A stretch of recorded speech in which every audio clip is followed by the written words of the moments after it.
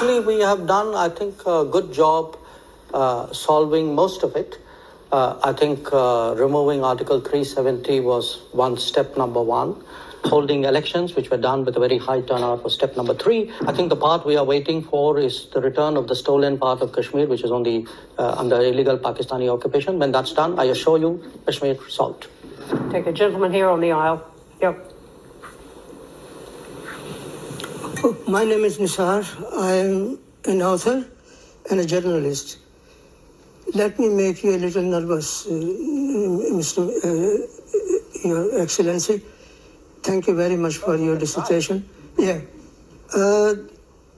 Kashmiris are up in arms because India is occupying Kashmir illegally. That's the reason why they are protesting.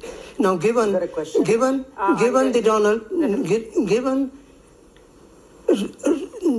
Mr. Trump's zeal for striking peace and peace deal, can Narendra Modi use his friendship with Donald Trump to solve out the problem of Kashmir?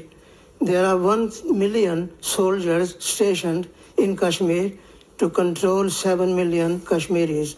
So what are you going to do about the Kashmir problem? Okay. You haven't spoken about it. Can we just capture the question there? Thank you. Well, look, on Kashmir, actually we have done, I think, a good job solving most of it.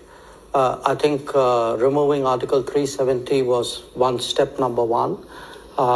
Then restoring growth and economic activity and social justice in Kashmir was step number two.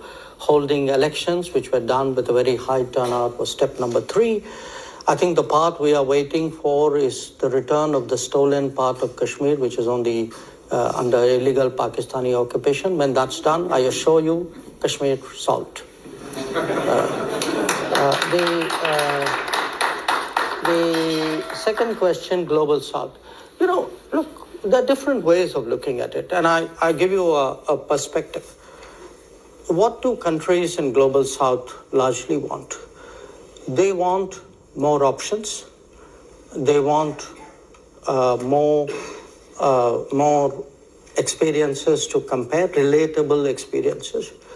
They would like to get into relationships which actually help them build their society on a sustainable basis. So forget India, China for a moment. I think what is happening and is that much of the Global South in the previous decades had very limited options. You know, they either had Western options, they had multilateral development banks, which were in a way associated with it. Within the Western options, they had maybe some subsets out there. Then at some point, they had Soviet/Russian options. Then you had a set of China options. Now, today, if there are Indian options, I would argue that actually it's better for the Global South. It's not worse, because they now have many more possibilities to choose from. They will be in a position to evaluate which of these options and which of these relationships somewhere fit into their growth aspirations. And I can certainly say, you know, where India is concerned, we have today projects in almost 80 countries of the Global South. We have delivered actually about 600 significant projects in the last many years.